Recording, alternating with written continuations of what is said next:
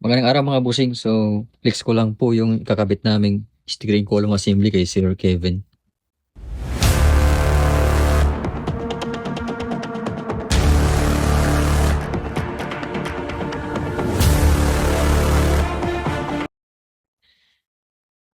Okay.